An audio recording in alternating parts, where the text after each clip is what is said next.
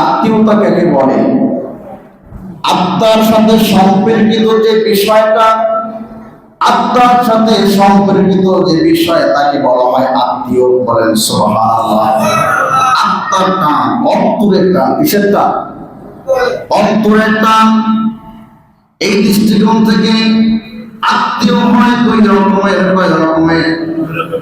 একটা হচ্ছে রেহেম থেকে আত্মীয় হয়, আর একটা হচ্ছে আইনগতভাবে আত্মীয় হয়। সূরাতুল হুজুরাতের মধ্যে 10 নম্বর আয়াতে আল্লাহ পাক বান্দাকে বলেন, ইন্নামাল মুমিনুনা ইখওয়াতুন ফাআসলিহু বাইনা আখাওয়াইকুম ওয়াত্তাকুল্লাহা লাআল্লাকুম তুরহামুন। আল্লাহ সুবহানাহু ওয়া তাআলা বান্দাকে বলেন, ও বান্দারা, হে আমার হাবিব, আপনি উম্মতদেরকে জানায় দেন, ইন্নামাল মুমিনুনা ইখওয়াতুন, নিশ্চয়ই মুমিনরা পরস্পরের ভাই ভাই। বলেন সুবহানাল্লাহ। ঘোষণা কার? আল্লাহর ঘোষণা। নিশ্চয়ই মুমিনরা পরস্পর ভাই ভাই। ফাসলিহু বাইনা আখাওয়াইকুম, যখন দুইজনের মধ্যে দ্বন্দ্ব হবে, ঝামেলা হবে, বিশৃঙ্খলা হবে, ঝগড়া বিবাদ হবে, ফাসলিহু বাইনা আখাওয়াইকুম, তখন উভয়ের মধ্যে মীমাংসা করে দাও। সুবহানাল্লাহ। ঘোষণা কার? আল্লাহ। তাহলে কোরআনের ভাষায় 1 নম্বর পেলাম, মুমিন মুমিনের পরস্পর ভাই। বলেন আলহামদুলিল্লাহ। হাদিসের মধ্যে আছে, নূর নবীজি বলেন, আল মুসলিমু আখুল মুসলিম, মুসলমান মুসলমান পরস্পরে ভাই ভাই। আর ভাইয়ের জন্য, একজন ভাই অপর ভাইয়ের জন্য প্রথম অবস্থায় 3টা কাজ করবে। কয়টা কাজ? কথা বলতে হবে। কয়টা? 3টা কাজ করবে। একজন মুমিন ভাই আরেকজন ভাইয়ের জন্য 1 নম্বরে কল্যাণকামী হবে। সব সময় চাবে আমার মুমিন ভাই কল্যাণকর পথে চলুক, কল্যাণকর উপদেশ গ্রহণ করুক, ভালো কাজটা করুক। 2 নম্বরে উভয়ের মধ্যে মহব্বত থাকবে, ভালোবাসা থাকবে। 3 নম্বরে মীমাংসা করার জন্য মন মানসিকতা থাকবে। দুইটার মধ্যে দ্বন্দ্ব সৃষ্টি হয়েছে, মাঝখানে একজন ব্যক্তি থাকবে যিনি উভয়ের মধ্যে মীমাংসা করে দিবে। তাহলে ভাইয়ের পরিচয় পাওয়ার জন্য কয়টা কাজ? 3টা কাজ। 1 নম্বরে বলেন কল্যাণকামী হবে। কি হবে? কল্যাণকামী হবে, ভালোর জন্য সবসময় চেষ্টা করবে, ভাইয়ের ভালোটা হোক। 2 নম্বরে মহব্বত থাকবে, ভালোবাসা থাকবে। 3 নম্বরে মীমাংসা করে দিবে যদি কোনো ঝামেলা হয়, দ্বন্দ্ব হয়। আত্মীয়তা কাকে বলে? আত্মার সাথে সম্পর্কিত যে বিষয়টা, আত্মার সাথে সম্পর্কিত যে বিষয় তাকে বলা হয় আত্মীয়। বলেন সুবহানাল্লাহ। আত্মার টান, অন্তরের টান। কিসের টান? অন্তরের টান। এই দৃষ্টিকোণ থেকে আত্মীয় হয় দুই রকমের। কয় রকমের? একটা হচ্ছে রেহেম থেকে আত্মীয় হয়, আর একটা হচ্ছে আইনগতভাবে আত্মীয় হয়। রেহেম থেকে আত্মীয় কিভাবে হয়? রেহেম এটা হচ্ছে মূলত রহমান থেকে। রহমান শব্দের অর্থ হচ্ছে দয়ালু, রহিম শব্দের অর্থ পরম দয়ালু, আর রহমায়া নবীন এটা নাম হচ্ছে আল্লাহর একটা সিফাতের নাম। বলেন সুবহানাল্লাহ। আর রহমিন রহিম শব্দ আমরা বলি না, মায়ের রেহেম থেকে আমরা দুনিয়ায় আসছি, ঠিক কিনা বলেন? মায়ের রেহেম থেকে দুনিয়ায় এসেছি। একটা হচ্ছে বন্ধনের দিক থেকে, আত্মীয়তার দিক থেকে, একটা হচ্ছে রেহেমের সম্পর্ক, অর্থাৎ মায়ের গর্ভের সম্পর্ক। যেমন আপনার ভাইয়ের সাথে আপনার সম্পর্ক রেহেমের সম্পর্ক, আপনার বোনের সাথে আপনার সম্পর্ক রেহেমের সম্পর্ক। এইভাবে করে আপনার ভাইনা ভাগ্নি এদের সাথে ভাইস্তা ভাইজি এদের সাথে সম্পর্ক, এটা হচ্ছে রক্তের সম্পর্ক। ফুফুর সাথে সম্পর্ক রক্তের সম্পর্ক, ঠিক কিনা বলে? রক্তের সম্পর্ক, এদের সাথে রক্ত বিদ্যমান। কারণ আমার বাবার যেই মায়ের গর্ভ থেকে আসছে ওই গর্ভ থেকে আসছে আমার ফুফু, ঠিক কিনা বলেন? আবার আমার বোন যে গর্ভ থেকে আসছে ওই গর্ভ থেকে আমি আসছি। এই সম্পর্ক হচ্ছে রেহিমের সম্পর্ক, আত্মার সম্পর্ক। বলেন সুবহানাল্লাহ।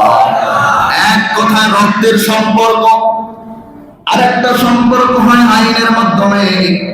যেমন আপনি বিবাহ করেছেন, বিবাহ করার পরে আপনার স্ত্রী হয়েছে, আইনের সম্পর্ক, যে সম্পর্ক রক্তের সম্পর্ক না। স্ত্রীর যে বোন থাকে আপনার শালী হয়, ভাই থাকলে শালা হয়, এটা হচ্ছে আইনের সম্পর্ক। এদের সাথে রেহিমের সম্পর্ক নাই। পৃথিবীর মধ্যে দেখবেন বর্তমান যুগে দুঃখজনক হলেও সত্য, রেহিমের সম্পর্কের মানুষগুলোর সাথে বর্তমানে সম্পর্ক খুঁজে পাওয়া যায় না। কি কারণে খুঁজে পাওয়া যায় না?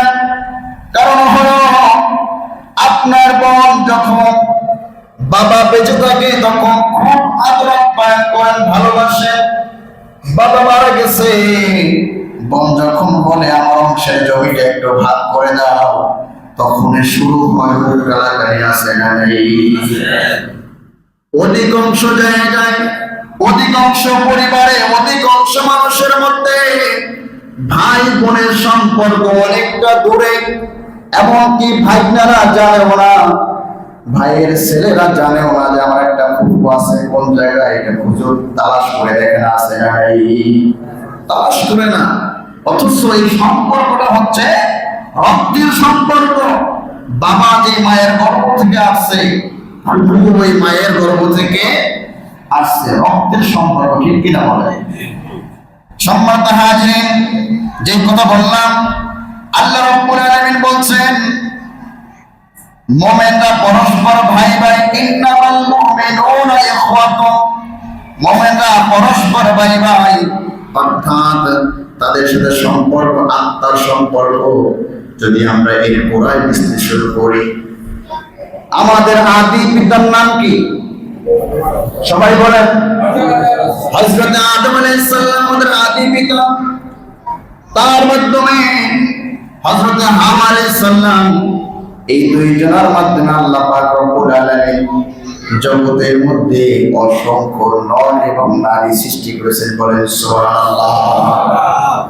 সূরা নিসার শুরুতে একদম প্রথম আয়াত আল্লাহ পাক বান্দাকে জানায় দিয়েছে, ইয়া আইয়ুহান নাসু তাকু রাব্বাকুমুল্লাযী খালাকাকুম মিন নাফসিন ওয়াহিদা وخلق منها زوجها وبث منهما رجالا كثيرا ونساء واتقوا الله الذي تساءلون به والأرحام।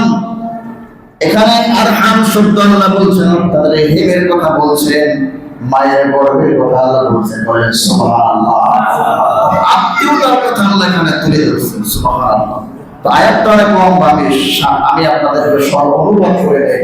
আল্লাহ পাক বলতেছেন, ইয়া আইয়ুহান নাস, হে মানব জাতি, নাসুত্তাকু, তোমরা আমি রবকে ভয় করো। কাকে ভয় করো? আল্লাহকে ভয় করো। রব্বাকুমুল্লাযী খালাকাকুম, যে রব তোমাদেরকে সৃষ্টি করেছেন, মিন নাফসিন ওয়াহিদা, একটা আত্মার মধ্যে সৃষ্টি করেছেন, অর্থাৎ হযরত আদম আলাইহিস সালাম থেকে সৃষ্টি করেছেন। সুবহানাল্লাহ। খালাকা মিনহা যাওজাহা, তার থেকে সৃষ্টি করেছেন তার স্ত্রী অর্থাৎ হযরত হাওয়া আলাইহিস সালামকে। ওয়াবাথা মিনহুমা রিজালান কাসীরা ওয়া নিসা, এবং তাদের উভয়ের মাধ্যমে আল্লাহ অসংখ্য নর এবং নারী, পুরুষ এবং মহিলা সৃষ্টি করেছেন। বলেন সুবহানাল্লাহ। ওয়াত্তাকুল্লাহাল্লাযী তাসাআলুনা বিহি ওয়াল আরহাম, তোমরা ওয়াত্তাকুল্লাহ, আল্লাহকে ভয় করো এবং আত্মীয়তার সম্পর্ককে ভয় করো, কারণ আল্লাহ পাক সার্বক্ষণিক তোমাদেরকে পর্যবেক্ষণ করছেন। বলেন সুবহানাল্লাহ। আত্মীয়তার সম্পর্ক আল্লাহ রাব্বুল আলামিনের হাবিব বলেন, মুসলিম শরীফের মধ্যে 2555 নম্বর হাদিস, এই হাদিসের মধ্যে আল্লাহ রাসূল বলেছেন, قال رسول الله صلى الله عليه وسلم الرحم معلقة بالعرش, আত্মীয়তার সম্পর্ক আরশের সাথে ঝুলানো। বলেন সুবহানাল্লাহ। কোথায় ঝুলানো? আরশের সাথে ঝুলানো। তাকুল রাসূল বললেন, মান সালানি ওয়া সালাহুল্লাহ, যেই ব্যক্তি আত্মীয়তার সম্পর্ক ঠিক রাখে আল্লাহ পাক তার সাথে সম্পর্ক ঠিক রাখে। বলেন সুবহানাল্লাহ। ওমান কতাআনি কতাআহুল্লাহ, এবং যিনি আত্মীয়তার সম্পর্ক বিচ্ছিন্ন করে আল্লাহ পাক তার থেকে সম্পর্ক বিচ্ছিন্ন করে। বলেন নাউযুবিল্লাহ। এবার আসেন, আল্লাহ পাক কেন সম্পর্ক বিচ্ছিন্ন করবে? যদি ফর এক্সাম্পল আপনাদেরকে উদাহরণ দিয়ে বোঝার স্বার্থে, পৃথিবীর মধ্যে আপনার একজন ভাই আছে, বোন আছে। আপনার ভাই এবং বোনের সম্পর্ক, এই সম্পর্কটা আপনার থেকে হয় না, বরং আল্লাহ দিয়েছে। ঠিক কিনা বলেন? যদি আপনার পছন্দ মতো ভাই বোন আপনি নিতে পারতেন, তাহলে কোন ভাই প্রতিবন্ধী বোন গ্রহণ করতো না। কিনা বলেন? কোন ভাই প্রতিবন্ধী ভাই গ্রহণ করতো না। কিন্তু সমাজে এমন আছে, একজন ব্যক্তির 3টা সন্তান হলে একটা আছে প্রতিবন্ধী, আছে না নাই? এরকম পরিবার আছে না নাই? একটা প্রতিবন্ধী, কিন্তু ওই প্রতিবন্ধী ভাইকে অস্বীকার করতে পারবে না যে এটা আমার ভাই না। যদি আপনার উপরে ক্ষমতা থাকতো, তাহলে আপনি বলতেন আমার ভাই প্রতিবন্ধী, আমি নিব, নেবেন?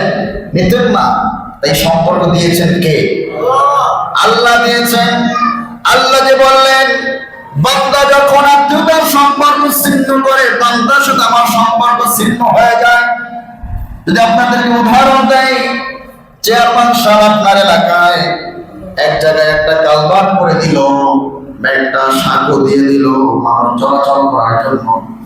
এখন আপনি গিয়ে বললেন যে এখানে এটা দরকার নাই, ভেঙে ফেললেন। ভাঙার পরে এবং আপনি গিয়ে চেয়ারম্যান সাহেবের সাথে দেখা করতে গেছেন, চেয়ারম্যান সাহেব আমি একটা দাবি নিয়ে আসছি, বাট আপনার বিবেক কি বলে? চেয়ারম্যান জানে যে আপনি এই কাজটা করছেন, আপনার সাথে রাগ করবে নাকি হাসি মুখে কথা বলবে? রাগ করবে, কারণ চেয়ারম্যান একটা বরাদ্দ দিচ্ছে, সেইটাকে আপনি ভেঙে ফেলছেন, সেইটাকে আপনি নষ্ট করছেন, এই জন্য আপনার সাথে রাগ করলো। চেয়ারম্যান একটা বন্টন সৃষ্টি করে দিলেন, সেটাকে নষ্ট করার কারণে আপনার উপরে চেয়ারম্যান অসন্তুষ্ট হয়ে গেল। আল্লাহ পাক রব্বুল আলামিন আপনার সাথে আপনার ভাইয়ের সম্পর্ক সৃষ্টি করে দিলেন, আপনার সাথে আপনার বোনের সম্পর্ক সৃষ্টি করে দিলেন। কিন্তু আপনি সামান্য একটু সম্পদের জন্য, সামান্য একটু টাকা পয়সার জন্য, 1 বিঘা জমির জন্য বোনের সাথে সম্পর্ক ছিন্ন করেছেন, ভাইয়ের সাথে সম্পর্ক ছিন্ন করেছেন। আল্লাহ বলেন, বান্দা দুনিয়ার মধ্যে স্বাভাবিক একটু স্বার্থের জন্য যদি চেয়ারম্যান তার সম্পর্ক ছিন্ন করতে পারে তোমার সাথে, আমি আল্লাহ তোমার ভাই বোনের সম্পর্ক করে দিছি, আমি আল্লাহ ওই আত্মীয়র জন্য আমার সাথে তোমার সম্পর্ক ছিন্ন করে দিব। বলেন নাউযুবিল্লাহ। তাহলে কথা কি বুঝতে পারছেন? এই যে সম্পর্ক, ভাই বোনের সম্পর্ক, ছোট্টবেলা থেকে ভাই বোন একত্রে চলাফেরা করে, একত্রে বড় হয়। বড় ভাই ছোট ভাইকে খাওয়ায়া দেয়, বড় বোন ছোট ভাইকে কোলে করে চলে কি চলে না? কিন্তু বড় হওয়ার পরে যখন সম্পদ হয়ে যায়, তখন ভাই বোনের খোঁজ খবর নেয় না, এমন ভাই আছে না নাই? সম্পদ হয়ে গেছে, অনেক সম্পদ, এখন ভাইয়ের খোঁজ খবর নিতে হয় না, বোনের খোঁজ খবর নিতে হয় না, কারণ তার তো সম্পদ আছে। এরকম পরিবার সমাজে আছে না নাই? আমার রাসূল বলেন, লা ইয়াদখুলুল জান্নাতা কাতি', আত্মীয়তা ছিন্ন করে জান্নাতে প্রবেশ করবে না। বলেন নাউযুবিল্লাহ। এবার আপনি চিন্তা করেন, কতদিনে আপনার বোনের সাথে আপনি ফোন দিয়ে কথা বলছেন, বোন অসুস্থ হয়ে হসপিটাল থাকে, সামান্য একটা আঘাত পাওয়ার কারণে বোনের খোঁজ খবর নিতে আপনি যান না, অথচ আপনার রেহিমের সম্পর্ক, আপনার সাথে আপনার বোনের সম্পর্ক রক্তের সম্পর্ক, ঠিক কিনা বলে?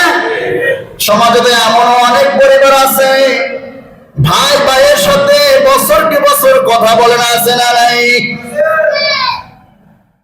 সম্পর্ক ছিন্ন হয় যখনই সম্পদ ভাগ হয়, কি হয় না? সম্পদ ভাগ হওয়ার পরে রক্তটাও ভাগ হয়ে যায়। কতটা মধুময় সম্পর্ক ভাই বোনের সম্পর্ক! দেখা যায় বিবাহ করার পরে শালীর সাথে সম্পর্ক আছে, শালার সাথে সম্পর্ক আছে। শালীর জন্য ভালো 3 পিস কাপড় কিনে দেয়, শালার জন্য ভালো কিছু কিনে দেয়, বিদেশ থেকে আইফোন শালার জন্য নিয়ে আসে। অথচ ঘরের মধ্যে নিজের আপন একটা বোন আছে, আপন একটা ভাই আছে, এদের জন্য কিছু নিয়ে আসে না, এমন পরিবার আছে না নাই? কথা বলেন, আছে না নাই? আল্লাহ রাসূল বলেছেন, লা ইয়াদখুলুল জান্নাতা কাতির, আত্মীয়তা ছিন্নকারী বেহেশতে প্রবেশ করবে না। আপনি অনেক বড় হাজী সাহেব হতে পারেন, অনেক বড় আমলদার হতে পারেন, তাহাজ্জুদের নামাজ কাজা না হতে পারে, যদি আপনি আপনার বোনের সাথে সম্পর্ক আপনার না থাকে, ভাইয়ের সাথে সম্পর্ক না থাকে, আর যদি এটার উপরে আপনি স্থির থাকেন, মনে করবেন মৃত্যুর পরে আল্লাহর জান্নাতের আশা করতে পারেন না, ঠিক কিনা? কারণ আপনি তো চাইলে ভাইকে ডাক দিয়ে যে কিভাবে সমস্যা সমাধান করা যায়। আর বর্তমান সমাজে বিচ্ছিন্ন হওয়ার জন্য কিছু ক্রিমিনাল আছে, আছে না নাই? কিছু ক্রিমিনাল আছে, তৃতীয় পক্ষ। দুই ভাই কিভাবে ভালো থাকবে এটা সহ্য হয় না। সমাজের মধ্যে একটা হাদিস বলে আপনাদেরকে সামনে কথা বলি। আল্লাহ রাসূল বলেছেন সাহাবীদেরকে ডাক দিয়ে, ও সাহাবীরা, তোমাদেরকে এমন একটা আমলের কথা বলবো যে আমলটা নফল নামাজ পড়ার চাইতে উত্তম, নফল রোজা করার চাইতে উত্তম, নফল হজ করার চাইতে উত্তম। এমন একটা আমলের কথা কি তোমাদেরকে বলবো? সাহাবাগণ বললেন, কালু বালা ইয়া রাসূলুল্লাহ, অবশ্যই বলেন। আল্লাহ রাসূল বললেন, যখন দুইজনের মধ্যে ঝামেলা দেখা হয়, দুইজনের মধ্যে দ্বন্দ্ব সৃষ্টি হয়, দুই ভাইয়ের মধ্যে দ্বন্দ্ব সৃষ্টি হয়েছে, বা এলাকার মধ্যে পাড়া প্রতিবেশী দুইজনের ঝগড়া সৃষ্টি হলো, মাঝখানে একজন ব্যক্তি এসে মীমাংসা করে দিল। এই যে মীমাংসা করলো, নফল হজ করার চাইতে, নফল নামাজ পড়ার চাইতে, নফল রোজা রাখার চাইতে উত্তম সবের কাজ করে ফেললো। আওয়াজ দিয়ে বলে সুবহানাল্লাহ। কিন্তু আমাদের সমাজের চিত্র ভিন্ন। দুইজনের মধ্যে ঝগড়া সৃষ্টি হলে তাহলে চিন্তা করে ঝগড়াটা কিভাবে দীর্ঘায়িত করা যায়। কারণ আমি মাপবার, আমি তো সালিশি করবো, টাকা তো আমার পকেটেই আসবে, ঠিক কিনা বলে? কথা সত্য না মিথ্যা? কারণ যারা বিচারক তারা চিন্তা করে ঝামেলা দীর্ঘায়িত হলে আমার কাছেই তো আসবে, আর আমার কাছে আসলে এক পক্ষের কাছ থেকে 50,000, এক পক্ষের কাছ থেকে 1 লাখ আমার পকেটে নিতে পারবো, আছে না নাই? তারা যে মীমাংসা করে দিবে এমন বিষয় আছে, বছরের পর বছর সালিশি হতেই আছে, কিন্তু মীমাংসা হয় না, আছে না নাই? একটা কথা মনে রাখবেন, হক শব্দটা কি? হক, যেমন হকুল্লাহ, হকুল ইবাদ। আবার আত্মীয় স্বজনের হক, যেখানে হক শব্দ আসবে মনে করবেন এটাই অন্যায়ের বিরুদ্ধের কথা, এটা ইনসাফের কথা, এটাই ন্যায়ের কথা। হক শব্দ যেখানে আসবে সেখানে বাতিলরা সবসময় আপনার বিরুদ্ধে থাকবে। কারণ আপনি যখন চেষ্টা করবেন একজনের হক বুঝাই দেওয়ার জন্য, তখন যারা 2 নাম্বারি করে, টাকার জন্য বিচার করে, এদের মুখখানা মলিন হয়ে যাবে, ঠিক কিনা বলে? ইনসাফ যদি আপনি কায়েম করতে যান তাহলে দেখবেন কিছু লোকের মুখ বেজার হয়ে গেছে, কারণ সে তো এদিক সেদিক করে টাকা খাইতে পারতো, আপনার জন্য পারলো না, এই জন্য আপনার বিরুদ্ধে অবস্থান নেবে কি নেবে না? অবশ্যই নিবে। তো যেই কথা বললাম, আত্মীয়তার সম্পর্ক সবচেয়ে মধুময় সম্পর্ক আত্মার বন্ধন। কিসের বন্ধন? কথা বলেন, কিসের বন্ধন? আত্মার বন্ধন। আজকের আমরা এখান থেকে বাড়িতে যাওয়ার পরে যদি আপনার জন্য কল্যাণকর হয় আজকের নসিহত, তাহলে বাসায় গিয়ে বোনকে ফোন দিবেন, যদিও আপনি 10 বছরের খবর নেন নাই। যদি আল্লাহর জান্নাতে পৌঁছাতে চান, বোন থাকলে বোনকে ফোন দিয়ে বলবেন কেমন আছো, ভাইটা ভাগ্নি কেমন আছে। কারণ ভাই যখন বোনের খোঁজ খবর নাই, বোনটার মনটা অনেক বড় হয়ে যায় কি যায় না? কথা বলেন, যায় কি যায় না? আবার অনেক বোন আছে ভাইয়ের সাথে সম্পর্ক ছিন্ন করে আছে, অনেক বোন এরকম আছে। যাই হোক, প্রত্যেক সম্পর্ক আপনার যদি বিবেক কাজ করে যে আমাকে আল্লাহর জান্নাতে পৌঁছাতে হবে, তাহলে আজকে থেকে পিছনের জিন্দেগিতে যা কিছু চলে গেছে সব কিছু মাইনাস করে আজকে থেকে শুরু করেন আত্মীয়তার বন্ধন। খোঁজ খবর নেওয়া, কেমন আছে খালা, কেমন আছে ফুফু, কেমন আছে আমার ভাগ্না ভাগ্নি, কেমন আছে, এগুলো নেওয়ার দরকার আছে না নাই? কারণ আত্মীয়তার সম্পর্ক ছিন্ন তো কার সাথে সম্পর্ক ছিন্ন? আল্লাহর সাথে সম্পর্ক ছিন্ন। কতিয়া শব্দ ব্যবহার করেছেন হাদিসের মধ্যে, যে ছিন্ন করা অর্থাৎ সম্পর্ক নষ্ট করা। তা আমরা যারা আছি, আমরাকে সম্পর্ক ছিন্ন করব না মজবুত করব? সম্পর্ক শক্তিশালী করব, খোঁজ খবর নিব। এটা কার হক? আত্মীয়র হক আদায় করা। নামাজ পড়া যেমনি ফরজ, রোজা রাখা যেমনি ফরজ, হজ করা সামর্থ্য হলে যেমনি ফরজ, যাকাত দেওয়া সামর্থ্য হলে যেমনি ভাবে ফরজ, ঠিক আপনার বোন অসুস্থ হলে খোঁজ দেওয়া আপনার জন্য ফরজ। ঠিক কিনা বলেন? আপনার ভাই অসুস্থ হলে খোঁজ দেওয়া আপনার জন্য ফরজ। কারণ আপনার রক্তের সম্পর্ক, দুনিয়ার সামান্য স্বার্থের জন্য আপনি যদি ভাই বোনের সম্পর্ক ছিন্ন করেন, এমনও অনেক কপাল পোড়া পরিবার আছে নিজের বাবা মায়ের সাথে সম্পর্ক নাই, আছে না নাই?